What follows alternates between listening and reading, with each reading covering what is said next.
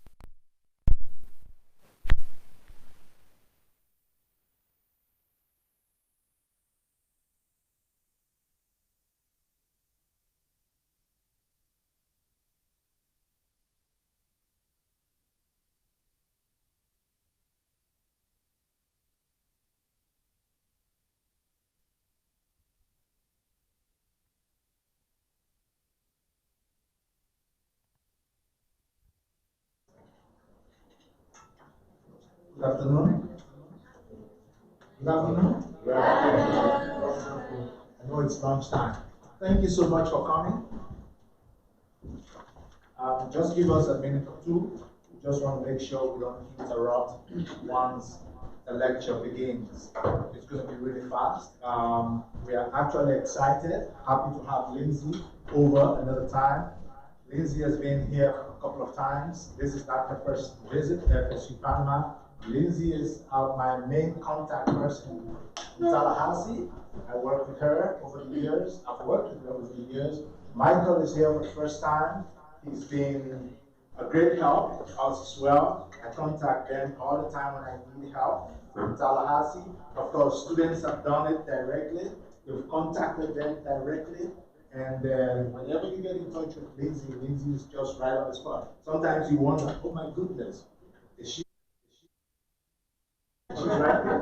She's right there. So yeah, that's how it's been over the years, and they've been very, very supportive. You're meeting them now. You're fortunate to have them over here. You're going to experience that on your own. How do you know? Just give them a try. Just contact them and prove me right or wrong. I'm sure you're going to say I was right. Lindsey, welcome to FSU Panama. Michael, it's a pleasure having you over.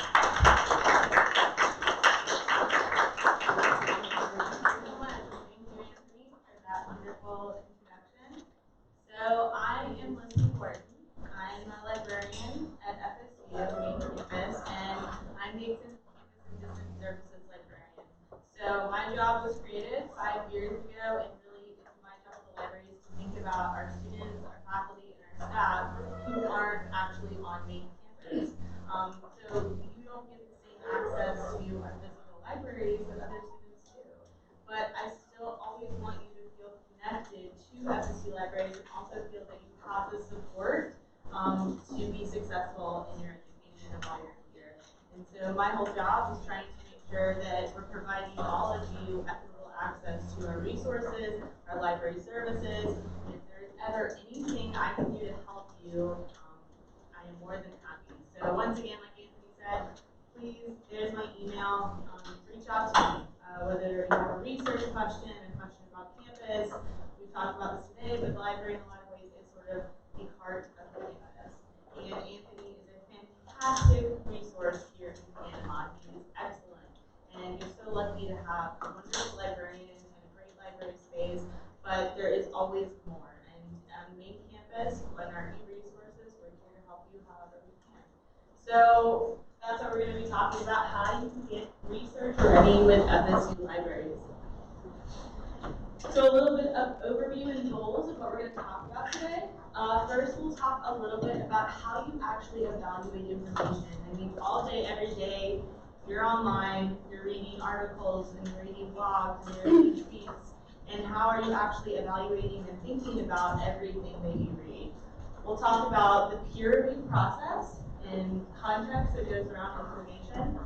A little bit about citing your sources and Zotero, which is a fantastic tool that I will promote to all of you to explore and hopefully sign up for. And talk about what we offer, the library resources, our services, and our support, and everything that you have access to while you're an FSU student. We'll do a little bit of a website tour and database searching, so that's something that Michael's going to take over and do a website tour, because in a lot of ways, our library website is the library to you while you're here, and that's going to be your portal into the library resources. And the goal of today is really just thinking critically about information and to tell you more about what's available to you and how you can get help. Librarians are in an amazing place in the university in that we're not your instructor, we're not grading you, we're really just here to help you however we can. And so always feel like you can reach out to the library for what you need. So how do you evaluate information? I actually want some feedback. If you read an article that you found online or somebody posted on Facebook, how do you evaluate that to know whether it's legit or not?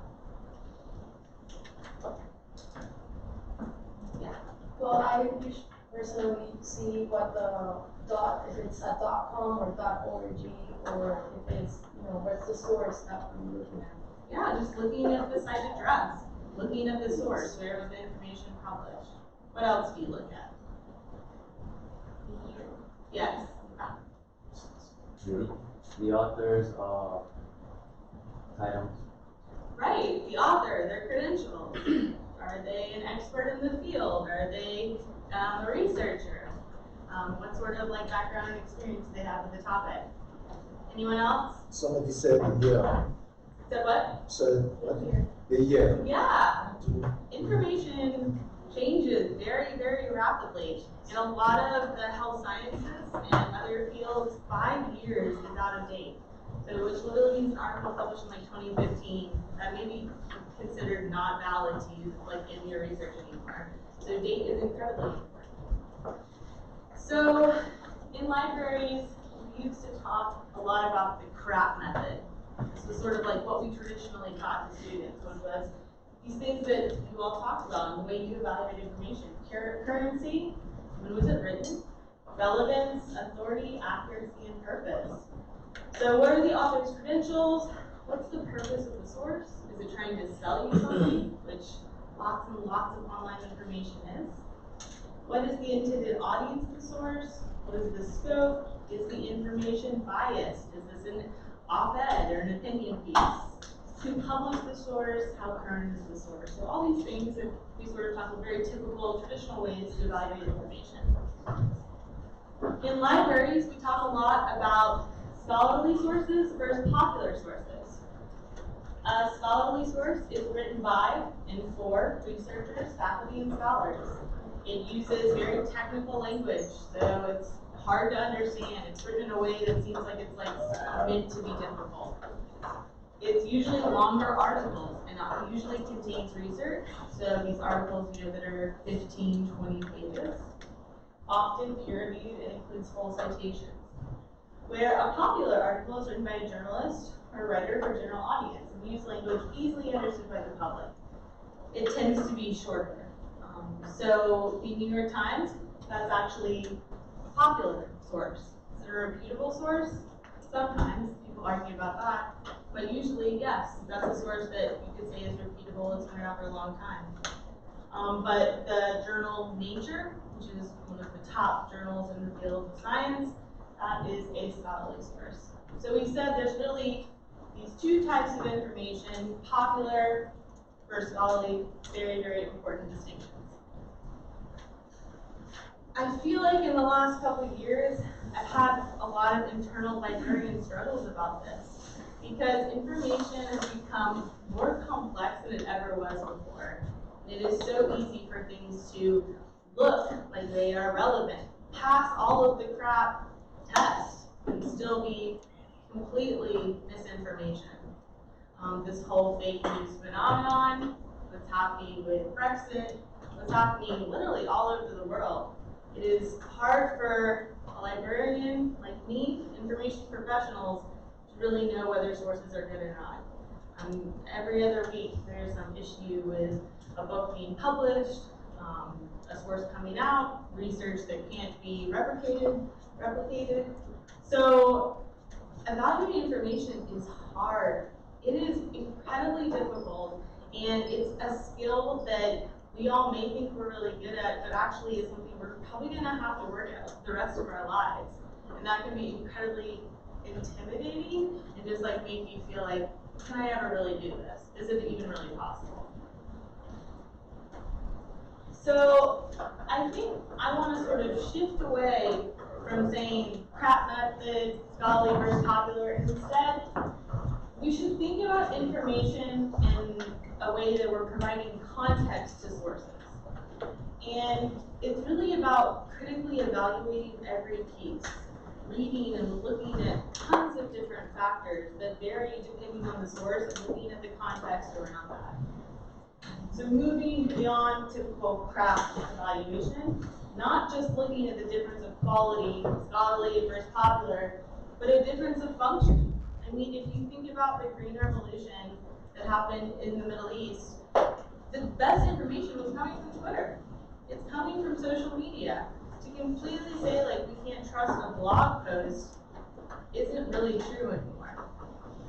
It's just about the context around that information. And that sometimes social media is the best source of information if you're looking for the most up-to-date and somebody who's right on the ground there. But there are other times where scholarly information is what you will need to rely on for your research. I truly think it's important to engage with all kinds of text, even sketchy text sometimes. Looking at these fake news, bot-created articles and comparing that to like a legitimate piece of journalism. So then you can start to see what is the difference? How do you read these differently? Peer-reviewed scholarly texts are always going to be a tool in your toolbox. If you are going to use tweets, use different types of information in your research, they're going to need to be backed up, grounded in this in-depth research that academics are doing. And I think that this is all part of the academic process.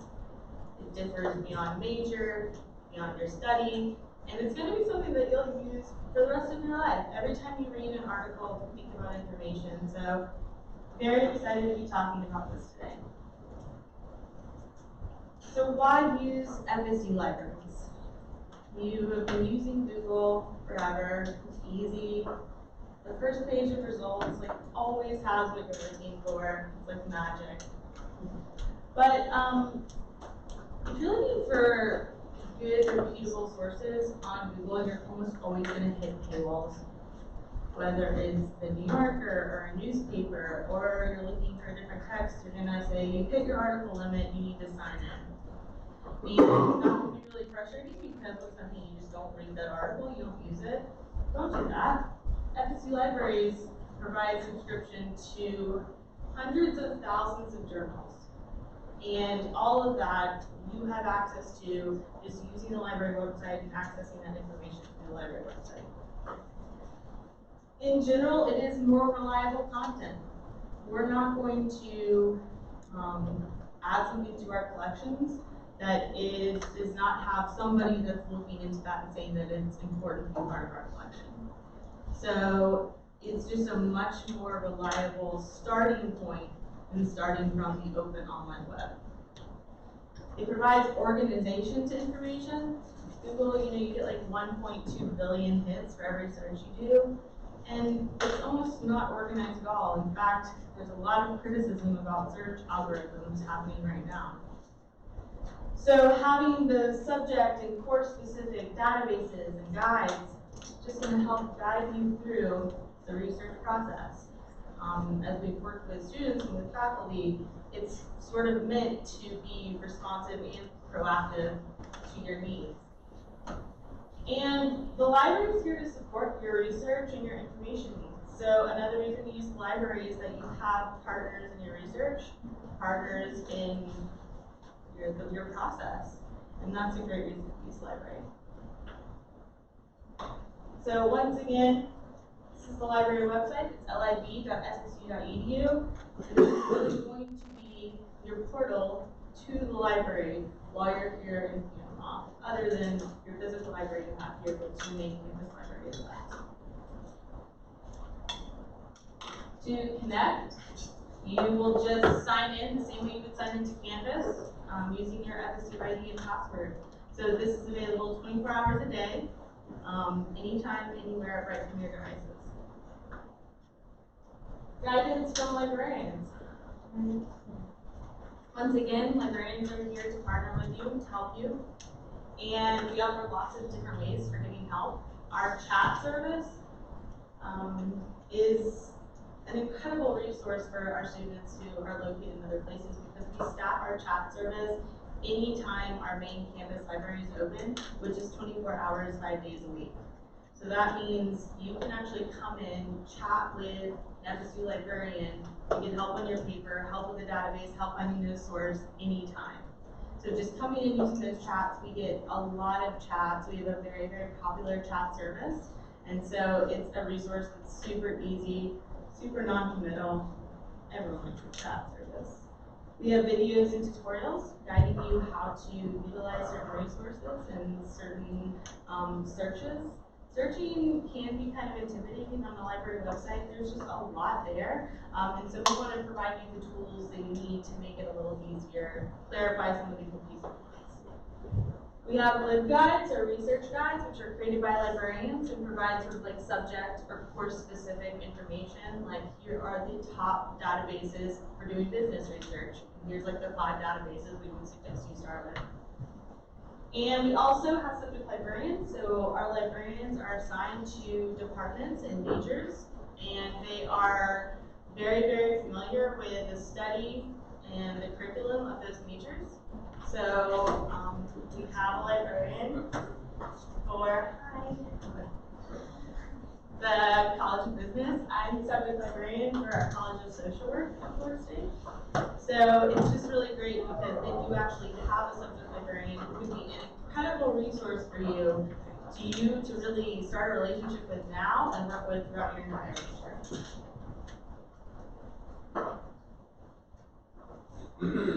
The library is by far the easiest place to find peer-reviewed literature. That is going to be a requirement in many, many of your courses. And finding peer-reviewed literature on the open online web is very, very hard. So almost all of our searches and our databases have a peer-reviewed filter. And it really is just as easy as clicking that filter. Your results are only going to be the peer-reviewed materials. And our most used databases make it easy for you to get started on your research.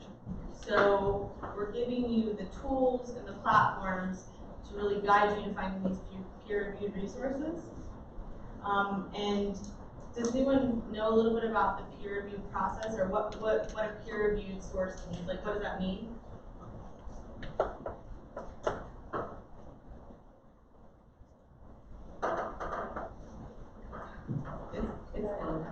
Other experts in the subject have approved it. They have reviewed everything, and they all agree that it's a reliable source. Exactly. It's that a journal has a board that are subjects experts and are usually well known in the field, and every article that is submitted to that journal that is reviewed very, very critically with the subject experts looking at it and really sort of picking apart the methodology, the discussion, the conclusions. And so you have the confidence to know that if they did all that work for you, it can take a little load off what you need to do with evaluating that information. That you can be sure it's a pretty legitimate source. And citing your sources, this is another aspect of where we provide support for in the library. Citing your sources can seem like such a burden, a bummer. We completed your research paper, then you have to do this bibliography.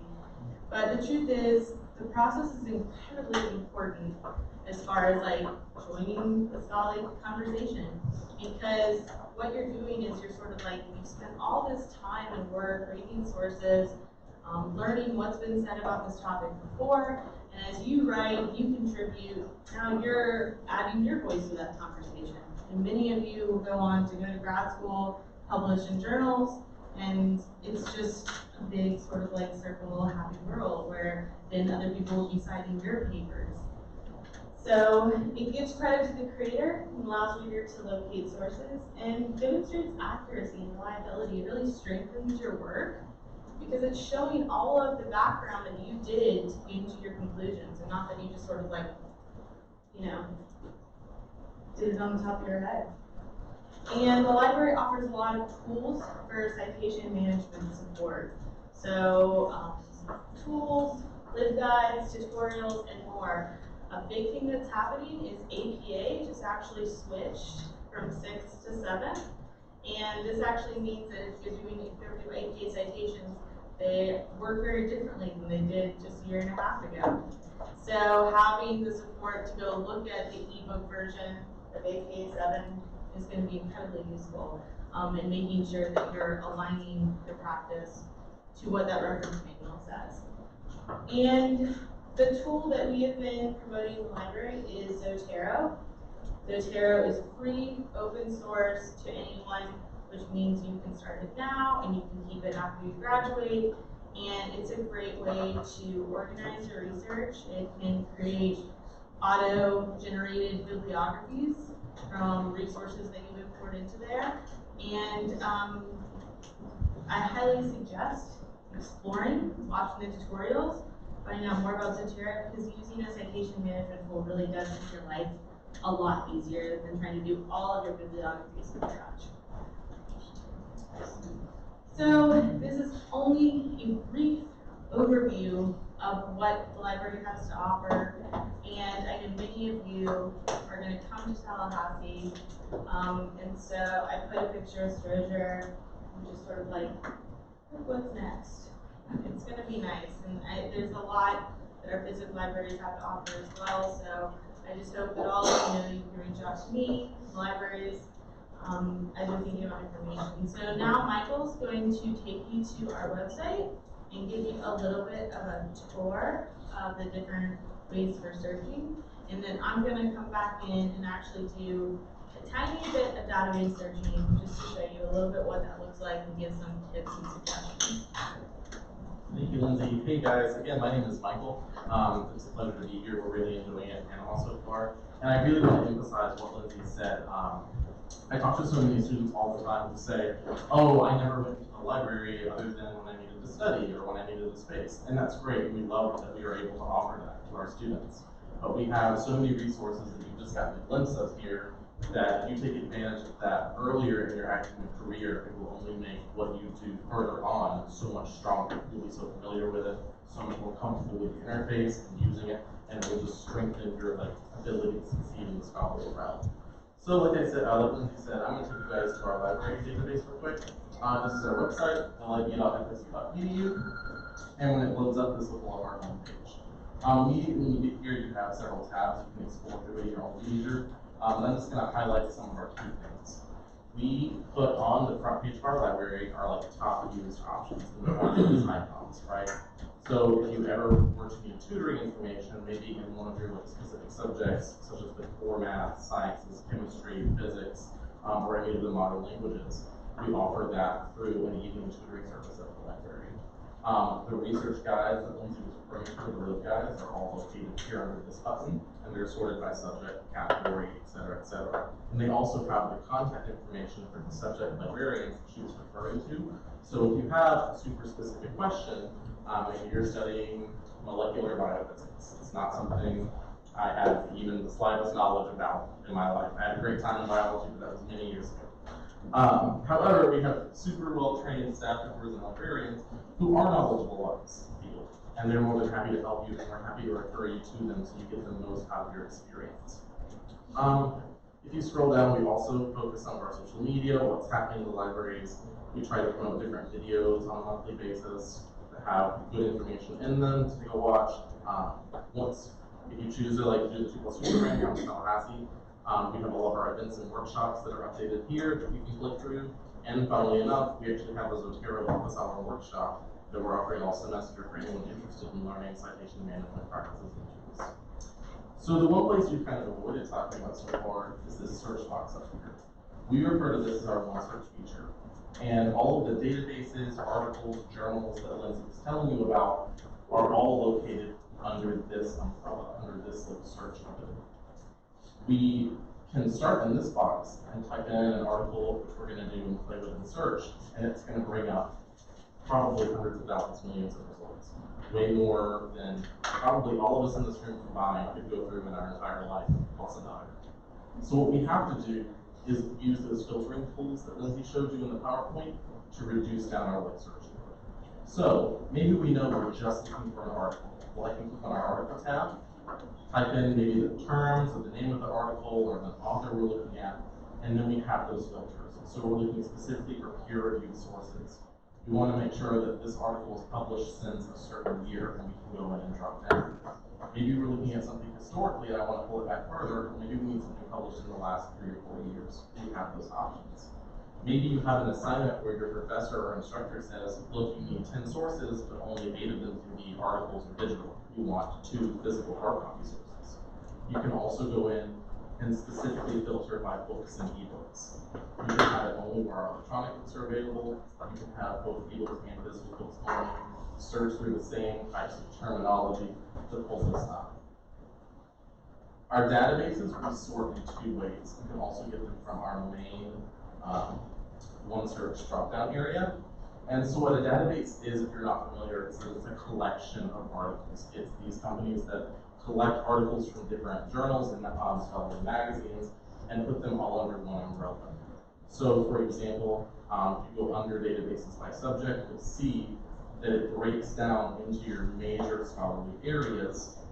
And then if you go in further, you can see that these sub-areas underneath are represented. So under education, we have art ed, early childhood ed, all the way through sports psychology, music education. If I click on one of these related databases and what we call best bets are curated by our librarians who are the subject matter experts.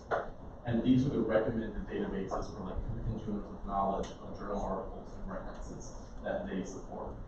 They all look very similar, so you're welcome to come in and play around and see, oh, these are the ones that we recommend. You'll see a lot of crossover with very popular, very useful databases that they recommend in different subject fields. Any questions on that, like accessing databases through subject? What, can I ask you to click on international studies? And then give us a best bets. Sure, for Latin Librarian. American, Caribbean. So this is curated by Jonathan, right? Muhammad. One of our, probably in collaboration with some of our librarians to pull up. So these are the top ones that they've referenced, and then these are all the related ones that they recommend to also. Yeah? Any other questions? And like I said, this is always available online. You're welcome to go through it at your own time. Once you become comfortable and familiar, I'm going to go back to our homepage. And maybe you have 1 or 2 databases you really like that you know the names of, you're familiar with. We also sort them alphabetically, so you can go in and say, okay, I know I need this one. I always use this database. I always use Web of Science. I always use Scikit-Learn. Those are the 2 popular ones. You can go in by letter or search. Lindsey's actually going to take you guys through a database search using one we call academic search complete. And as so much about all these different tools to get recommendations and specific databases, because we have about 900 databases. So if you're looking at that list and you're just like, I don't know where to start, you know, like this is overwhelming. One of the reasons why we have our most used databases link is it's really supposed to say, if you're starting your research, these are excellent starting points for you. And Academic Search Complete is the database we recommend for almost all of our undergraduates, especially our freshmen and sophomores. It's easy to use, it's multidisciplinary, which means you're going to get resources for lots of different topics, and it's what we teach all of our ENC 2135 students. So that's kind of a great database to start your database searching, and as you get farther and farther in your major, that's when you're going to get to more and more subject-specific databases. I also just found out that we're ending at 12:35, so I'm going to do a super, super quick search, but I also want questions. Sorry. Yeah, we'll just do one search really quickly and do a very, very quick test search.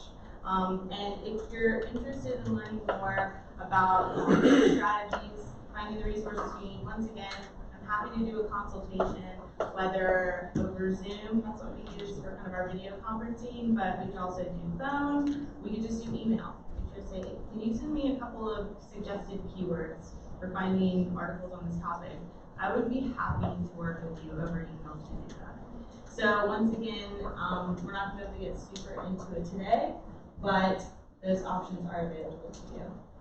So anytime you try and access one of our resources, it's going to ask you to put in your FSU ID and password. And that's going to authenticate you as being a current student, because all these resources are only available to our students.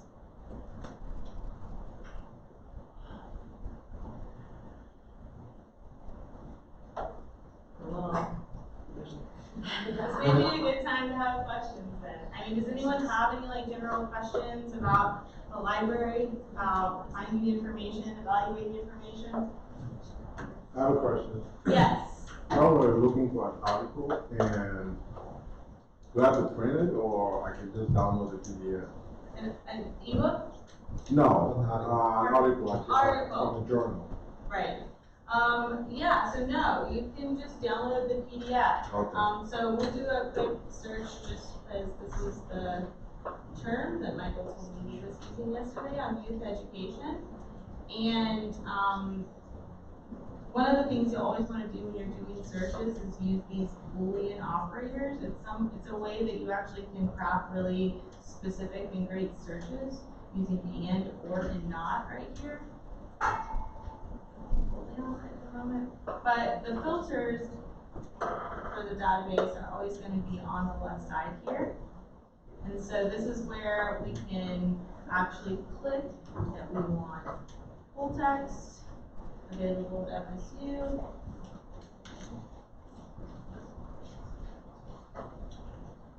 And we can actually select that we just want academic journal articles. So as an example of what it will look like when you pull up an article is, let's go to this, political youth education in Germany. So when you pull up an academic article, you're going to see the title here, the authors, their information, the source, which will be a journal. And it will give you the volume, the issue number, everything you need to properly cite that source. You'll have other subjects here, which are great for actually thinking and rethinking your keywords. And then you'll have an abstract. An abstract is a short description of the article. So to access this article, you have the PDF right here. And so you can just click the PDF, and it will pull up the PDF of the article, which then you're able to print or save or email to yourself. So lots of options for accessing that article. Yes? Can you talk more about the booking and tutor feature? Looking at tour? Tutor. Right. So in Tallahassee, we offer tutoring in our main campus library. We do evening tutors, so I think it's from 6 to midnight. Yeah, 6 to midnight on various subjects. We mostly focus on STEM, so physics, math, and a lot of the high drop rate subjects, so the subjects some students really struggle with. So here's what we're offering tutoring on this semester, and math, physics, statistics, chemistry, environment, and the reading writing center. We are actually getting in the process of piloting an online tutoring service. And this is something that I'm working with our tutoring coordinator on, because we've had a lot of our students at international campuses and just studying distance learning who are very interested in tutoring. So once we do start offering some online tutoring in various subjects, I will make sure we send that information to Alex and Carlos and get it disseminated to all of you, because online tutoring would be an opportunity for you to, it's pretty much like you're going to go into like a video conference room, there'll be a tutor, there'll be other students they're connecting to, and get tutoring that way. On pilot, we'll see how it goes. Not many schools do that, but great question. Any other questions?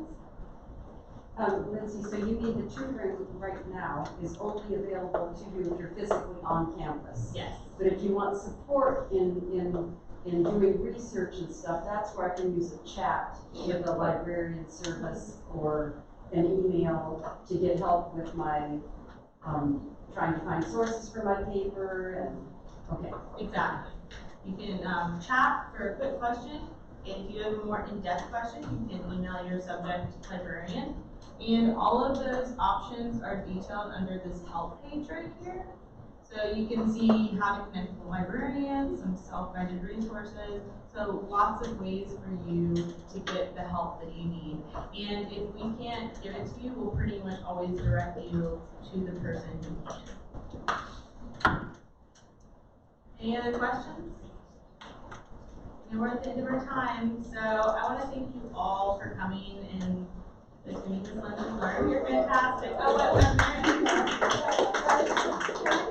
Just one thing, if you're interested in Zotero, if you're interested in having Lindsay show you what that's about, which is a really cool thing to know, we're doing this again tomorrow. And tomorrow we don't have the this cutoff time. We can go 45 minutes. So same thing tomorrow if you're interested in another run at this, which will go a little bit deeper.